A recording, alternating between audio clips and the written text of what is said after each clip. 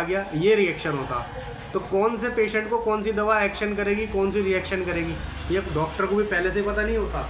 इसलिए शुरुआती दौर में नई दवाई की जो डोज दी जाती है वो कम दी जाती है, ताकि पेशेंट को जो नुकसान हो वो कम हो, ज़्यादा ना हो। उसके बाद जब दवाई सेट हो जाती है तो उसकी नॉर्मल डोज देते हैं।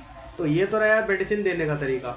अभी आप पहचानेंगे कैसे कि आपको रिएक्शन हुआ है या साइड इफ़ेक्ट हुआ है। तो मैंने आपको बोला, अगर साइड इफ़ेक्ट है तो दवाई उस मर्ज़ को तो ठीक करेगी आपके, जो आपको दिक्कत है, लेकिन उसके साथ आपको उल्टी हो सकती है, दिल मालिश हो सकता है, चक्कर आ सकते हैं, आंखों का आगे अंधेरा आ सकता है, आप बेहोश हो सकते हैं। ये साइड इफ़ेक्ट हो गया।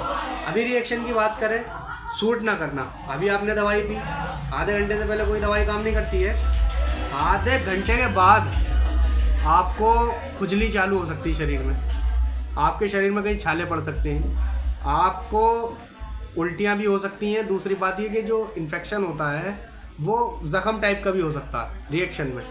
और रिएक्शन वाली दवाई फ़ायदा तो करेगी ही नहीं आपको, लेकिन ये दिक्कतें और दे देगी। तो कोई भी दवाई लेने से पहले शुरुआत जब उसकी हो तो आप उसकी थोड़ी छोटी डोज लें।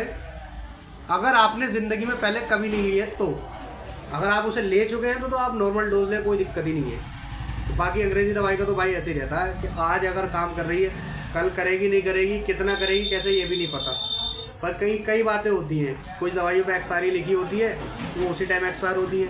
कुछ दवाइयों पे एक्सपायरी नहीं लिखी भी होती है, लेकिन वो फिर भी एक्सपायर होती हैं। कुछ दवाइयाँ ऐसी होती हैं जो उनके टेम्परेचर में नहीं रखी जाती और एक्सपायरी उनकी लंबी है, लेकिन टेम्परेचर में नहीं रखी तो जल्दी ख़राब होती हैं। तो ये एक भरोसेमंद डॉक्टर का काम है और केमिस्ट का काम है कि आपको समझाए, कि बताए। लेकिन ये आपका काम है कि आप उससे पूछें। जब तक आप उससे पूछोगे नहीं, वो बताने वाला नहीं है।